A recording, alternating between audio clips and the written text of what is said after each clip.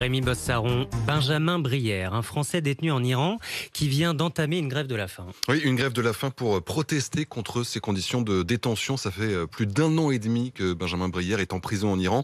Son arrestation remonte au mois de mai 2020. Il est accusé d'avoir pris des photographies de zones interdites avec un drone de loisirs dans un parc naturel. Des accusations qu'il réfute. Lui affirme être un simple touriste. Selon sa famille, au moment de son arrestation, il faisait un long voyage en van aménagé, un voyage entamé 2 ans plus tôt. Mais aujourd'hui, ce jeune homme de 36 ans est donc accusé d'espionnage, une accusation qui est passible de la peine de mort en Iran. Il est également accusé de propagande. Et en attendant son jugement, il se trouve dans une prison du nord-est du pays, à plus de 800 km de Téhéran. C'est là qu'il a entamé cette grève de la faim le 25 décembre.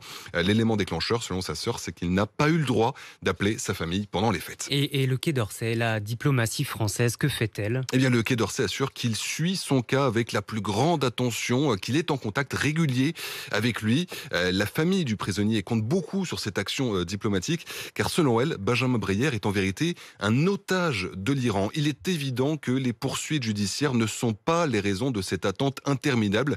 Voilà ce qu'écrivait sa sœur dans un appel lancé à Emmanuel Macron au mois de juin. Il faut dire que Benjamin Brière n'est pas une exception. Dans les prisons d'Iran, il y a aujourd'hui plus d'une douzaine de détenus qui ont un passeport occidental. Ils sont américains, britanniques, allemands, suédois, autrichiens ou encore canadiens. Et en fait, selon les ONG, tous ces prisonniers sont utilisés par l'Iran pour négocier, pour obtenir des concessions des puissances occidentales. Et à chaque fois, comme pour Benjamin Brière aujourd'hui, les proches de ces détenus dénoncent un jeu politique qui les dépasse largement. Merci Rémi Bossaron, c'était le portrait du jour. Dans